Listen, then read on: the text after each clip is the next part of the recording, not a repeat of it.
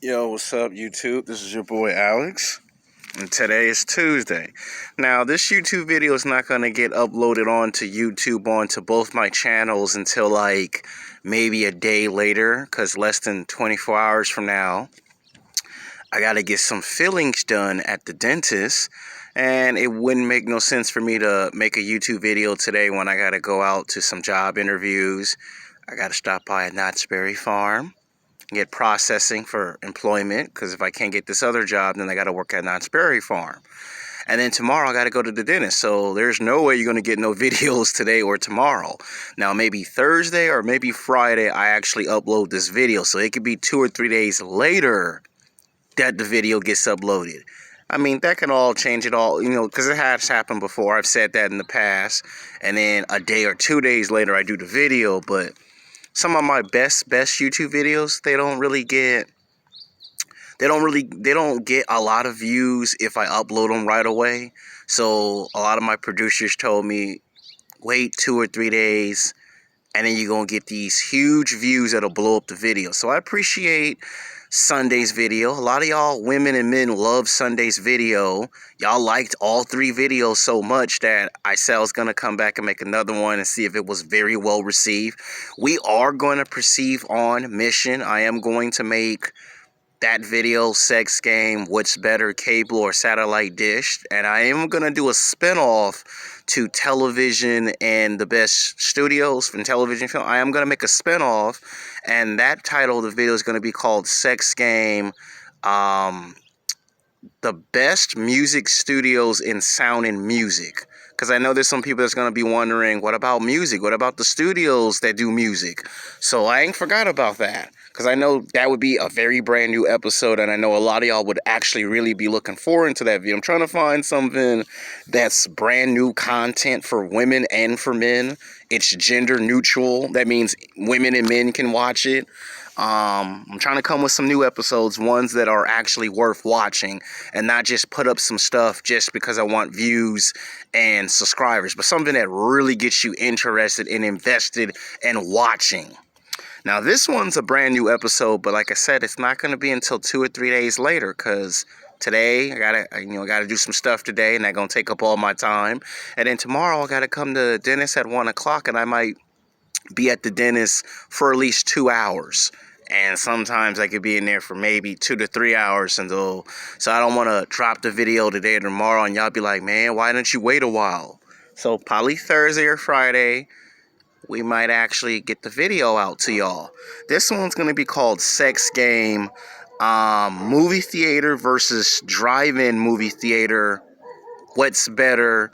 And it's for women and men. Now, I might shorten the title of the video, because if I make it too long, YouTube won't let me upload the video due to it being too long. Because if the title's too long, or if it's inappropriate, you already know 99.99% YouTube will look in the algorithm and will find out that you are not fighting community guidelines. And I do not want this channel or these videos to get taken off the internet, because I have friends who do YouTube videos, and some of their videos have been hit with community guideline strikes, and I do not want to get in trouble.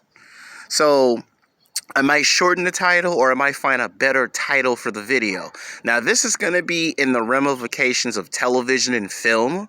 And this is going to be talking about the movie theater and what's been going on. Now, I have not made videos about this in the last 8 or 9 months, because I was collecting a lot of information, a lot of intel, and I wanted to do a lot of research. And I even had to call one of my favorite movie theaters, which is AMC Movie Theater. I talked about that in Sunday's video special, and I told you that was one of my favorite movie theaters. Why, going in high school and college, I would always go to an AMC theater to see my favorite Hollywood blockbuster films. And I actually called and got some information, so I wanted to make the video and put it together. It's an idea that I got from 3 people. My dad talked about this idea. My best friend and I talked about it 24 hours ago. And then I had another friend that I play basketball with that went to a movie theater all the way in Pomona, California, but it was a drive-in movie theater, because he got his driver's license back. And I think he's either got his dad's car or he got his girlfriend's car, and they went to a drive-in movie theater.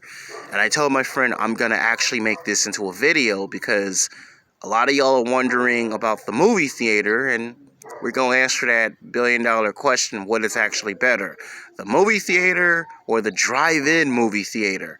And you're all in luck, because not only did I been to 2 film studios and went to film school and seen filming movies and TV shows on location, you're lucky because I also have actually been to a drive-in theater once upon a time when I was a little kid. So I can tell you the compare and contrast in this video and what are the similarities and what are the differences. I've been to both. I've been to a drive-in movie theater and I've been to a movie theater. Now, let's start with the drive-in movie theater because that has a lot of history. Now, that's something that started in the late 1940s, maybe early 1950s, if I'm not mistaken. I think the idea came around the early 1920s or early 1930s, but it wasn't until like the late 50s, early 60s that it became so popular. They would call it the drive-in dining or the drive-in theater. They didn't exactly call it the drive-in movie theater like today. And they would have like anywhere from 15 to like 20 parked cars, and you would go buy soda, candy, and popcorn at the concession stand, and they would have this big screen, and everyone would actually watch that movie. And at that time, it was in black and white. And then it went from black and white to transitioning in color. Now, you do know color did not come in until the 1970s. Like, I don't care what film school or what community college you go to take film class, your professor's going to tell you that somewhere between 1970 or 1971 or in 1972, they figured out how to get color on television. You know, cable came in the late 1970s, early 80s. Around when I was born, that's when cable came. So understand, there's history when it comes to a drive-in through movie theater. They used to call them drive-in theater, but they didn't call them drive-in movie theaters. And they used to call them the daily. I know that might sound like a funny name. You used to call them the drive-in daily, the drive-in dine-in. They used to call it little nicknames when they would do that. And sometimes you had to get out of your car and go up to the concession stand. And sometimes you would get a line from the concession stand all the way to the parking lot. Like, you could have like sometimes 15 to like maybe 30 people in one line. They would have like 6 lines, and the person who would take your ticket would have you standing in line to go get candy and popcorn. Sometimes they would bring the candy, soda, and popcorn to your car, so you didn't actually have to get out of the car at some locations. Now, I went to at least 3 drive-in movie theaters when I was a kid. So that was like 14 years ago. I actually went to 3 of them. The first one that I went to was right down the street from the Howard Hughes Center. If you believe it or not, there was actually one maybe 25 minutes away from the Howard Hughes Center. That was like 14 years ago. And I used to see a lot of my favorite movies. You know, I actually saw like 2 of my favorite cartoons, you know, Bugs Bunny, a lot of them on that theater. You know, what was it? Roger Rabbit. You know, Roger Rabbit I actually saw in the drive-in theater, and then later they would do what they call a re-theatrical release of those same movies when we had movie theaters years later. The second drive-in movie theater I went to was kind of like, I can't remember, but I think San Bernardino Valley actually had one at one time. And then I went to another one that was way, way out in the valley. I forgot the name of the location. And when I got my job at Disneyland at the time, when I was employed, I would pass through Santa Fe drive-in movie theater. That still exists to this very day. Now, on the news, I think about 4 years ago, they had brought at least 4 of those drive-in movie theaters back to see if it was going to be a popular trend. And now you can see it's become a popular trend because of what has transpired. So I'm trying to explain the history part of it before we get into the actual thesis of the video. I'm doing a compare and contrast. Now, drive-in theaters to me are very strong, very structured, very organized, very well disciplined, very organized, very well ordered. To me, a theater is a theater. As long as I get to see my favorite movies, I'm happy. I'm a kid in the candy store. You know, you give me some popcorn, some candy, some soda, some nachos, and I'm good to go. Like, just imagine if we took the technology that we have right now, right? And we made the first ever 3D or 4D drive-in movie theater. Like, if we can have 3D and 4D and extreme 3D and a movie theater, just imagine if they did that with the drive-in movie theater. Now, there might be one drive-in movie theater that's probably already thinking about what I'm talking about. For all I may know, they might have thought about it, that idea like 2 or 3 years ago. Just imagine if we had IMAX and drive-in movie theater. You're still going to get that movie magic that you've got ever since you were in high school and college, way into your adult life. You can take your wife or your girlfriend or your kids to the movie theater, and you're still going to have that movie experience. So the movie experience is never going to change. You know, you're still going to get that fun excitement that you get when you leave work or when you leave school. You get in your car, you take your wife or your girlfriend, you take your kids or your best friends, and you go to a drive-in theater.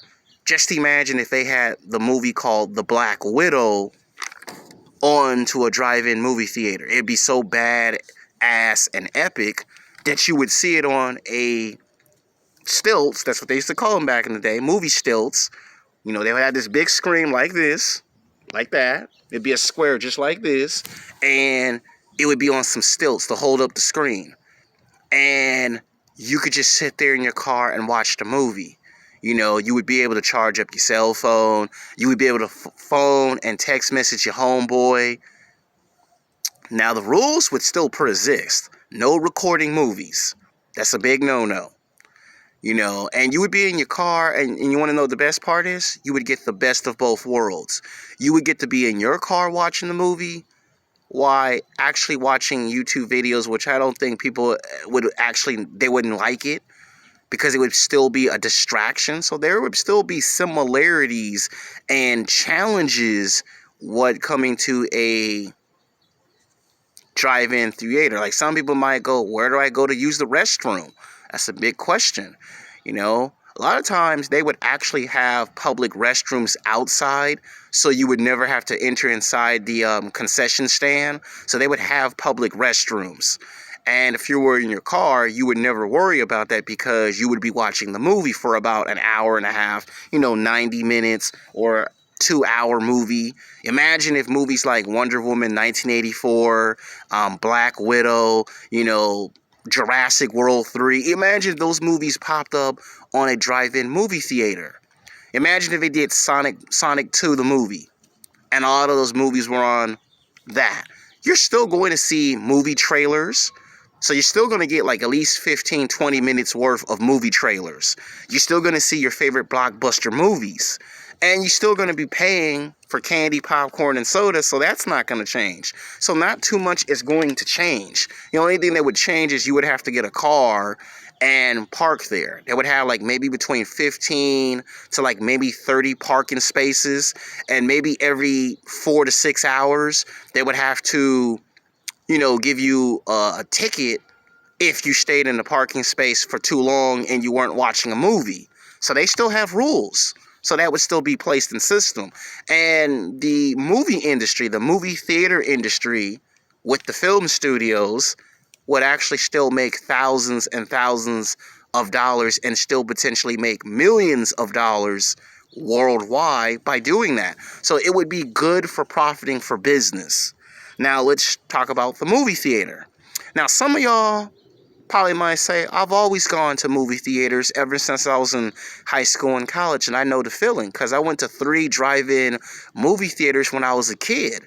And then when the drive-in movie theaters were not able to compete with the movie theaters, all of a sudden they would go slowly but maturely as we got into the mid-80s to the early 1990s. You didn't see that many drive-in movie theaters. They went out of business. And then you had to go all the way to Santa Fe, like I did when I got a job at Disneyland, and found out that California still had a drive-in movie theater that was still in business and still making thousands of dollars. Now, the movie theaters like AMC Theater, Arkham Light, the Rave Movie Theater, the Chinese, the Man Theater, because it has two different nicknames. All of them, all of those movie theaters, um, are having trouble trying to get people to watch movies. Now, the reason why I made this is because my specialty is talking about television and film, filmmaking, and when I go to the movies, what was my original content when I would make movies? Movie reviews, right? If you're a YouTube content creator, you would have the opportunity to go back to making original content. And movie theaters like the Man's Movie Theater and the Rave Movie Theater, all of them would end up having a situation where they wouldn't be able to make any money if no one's coming to the movie theater.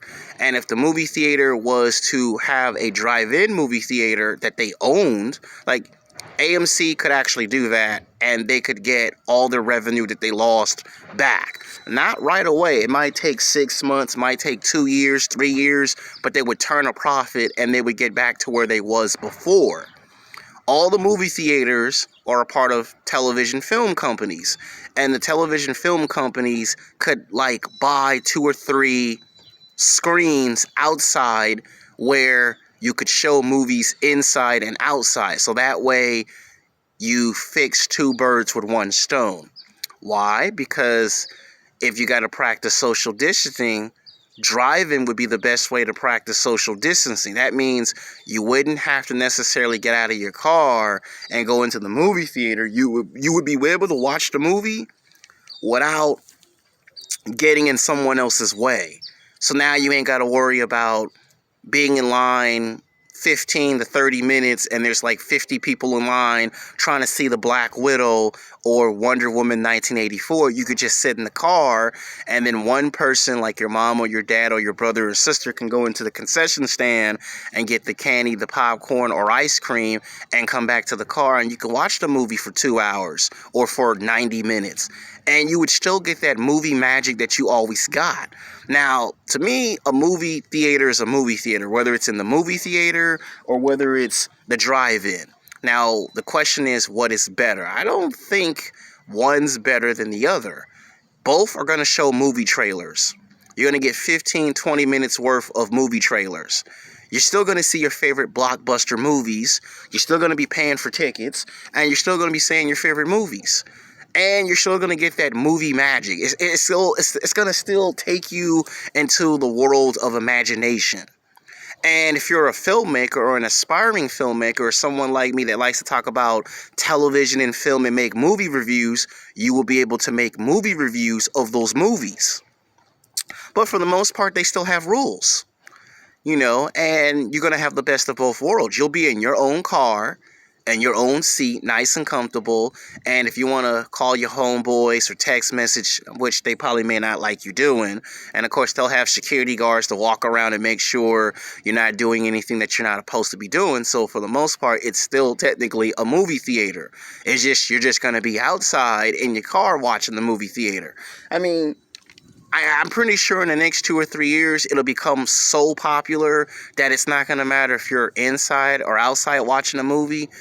You'll be happy that you get to see your favorite movies. And that might be why the movie theaters are coming up with a plan really fast. In 2 or 3 years or in 5 years, you'll look back and say, they're both the same. So the reason why I put if they're better, what is better, is because I want to hear from y'all in the comments section. What do you think is better, the movie theater or the drive-in theater? I've been to both. And to me, a movie's a movie. As long as I get to see Black Widow or Wonder Woman 1984, is good. I mean, there's that idea, and then there's always the idea that they could just put it on pay-per-view, but some people don't like to pay a lot of money for pay-per-view, and I'm not going to put that into this video because that would just confuse everything. That's going to be in a completely separated video, and that might be Sunday's video where I call that one Sex Game What's Better. cable versus satellite dish. There's that in the conversation. When I was in film school, there was like at least 10 to 15 different subjects in class in 6 to 8 weeks of film school at a community college that we would talk about in class. And it was hard to talk about all those subjects because the teacher wanted to focus on what was going to be in the lecture and what was going to be on the test. So we would speak for about 15, 20 minutes, and then it was off to the lection, the lection plan, what you're going to be taking on the test for filmmaking. So there's a lot of ideas I can make into videos, but all the videos got to be very good and well received by women and men. And if y'all like the videos and they're so good, then I can produce more of them. This is just to see what videos are really good, what are not good, what I need to work on, what I need to improve on. So this video might be uploaded a day, maybe 2 days later, possibly 3 days later. That could change. It has happened before. The other video is getting a lot of good retraction. So I want to see what the final numbers are on those videos. And then I'm going to drop this one 2 to 3 days later. So have a good day. Until next time. Peace.